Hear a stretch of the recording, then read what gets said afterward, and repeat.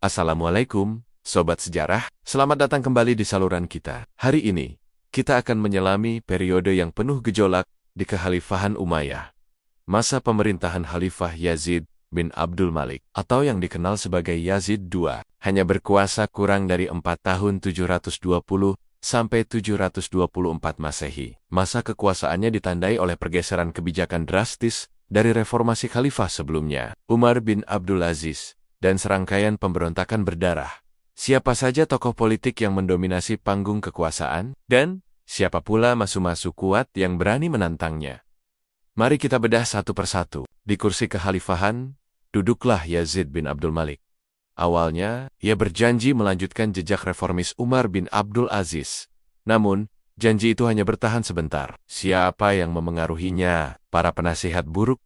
Sumber sejarah menyebut adanya sekelompok 40 ulama atau penasihat yang meyakinkan Yazid kedua bahwa seorang khalifah tidak akan dimintai pertanggungjawaban atau dikenakan sanksi, yang mendorongnya menghapuskan kebijakan progresif Umar II dan kembali ke praktik lama Umayyah yang lebih keras. Maslamah bin Abdul Malik, tokoh militer yang paling penting. Ia adalah saudara tiri Yazid II dan seorang panglima militer yang cerdas. Maslamah adalah pemadam kebakaran utama bagi Yazid. Ia diangkat untuk memimpin pasukan dalam menumpas pemberontakan terbesar pada masa itu. Ingat namanya, karena ia yang akan menentukan nasib oposisi utama, Hisham bin Abdul Malik, saudara kandung Yazid, dan calon penggantinya. Meskipun sempat ada konflik kecil, Hisham tetap berada di sisi Yazid hingga akhir hayatnya. Kelak menjadi salah satu khalifah terbaik, Bani Umayyah. Oposisi paling sengit yang dihadapi Yazid kedua, datang dari orang yang memiliki nama sama, Yazid bin Muhalab. Yazid bin Muhalab adalah mantan gubernur Khurasan yang bengis dan korup. Ia dipenjara oleh Umar bin Abdul Aziz karena penyelewengan keuangan. Begitu Umar bin Abdul Aziz wafat, Yazid bin Muhalab segera melarikan diri ke Irak dan menyatakan pemberontakan. Menolak baiat kepada Yazid II, pemberontakannya didukung oleh banyak faksi, terutama di Basra dan Kufah,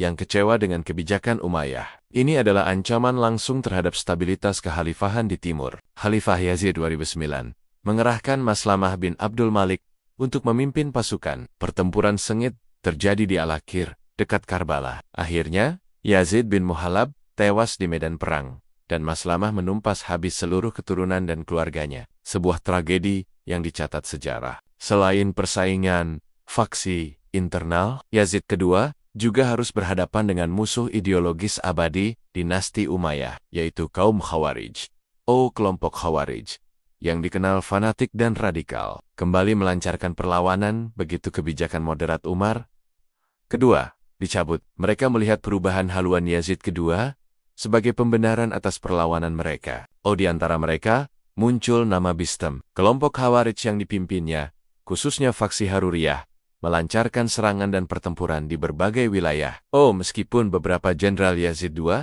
sempat kalah, lagi-lagi Panglima Maslamah bin Abdul Malik dikirim. Pasukannya berhasil membasmi habis perlawanan Bistam dan Khawarij di berbagai daerah, menunjukkan kekuatan militer Umayyah yang masih tangguh. Meski dipimpin Yazid kedua, yang kurang cakap dalam politik domestik, masa Yazid bin Abdul Malik adalah periode di mana instabilitas politik kembali mendominasi. Tokoh-tokoh seperti Yazid bin Muhalab menunjukkan bahwa oposisi faksi, khususnya ketidakpuasan elit, adalah bahaya laten. Sementara penasihat buruknya memperburuk kondisi domestik, hanya berkat kecakapan militer dari tokoh-tokoh pro-rezim, seperti Maslamah bin Abdul Malik, kekhalifahan berhasil diselamatkan dari keruntuhan. Namun, pertumpahan darah ini meninggalkan luka yang dalam, memperkuat perpecahan, dan menjadi salah satu faktor yang mempercepat akhir kejayaan dinasti Umayyah di kemudian hari.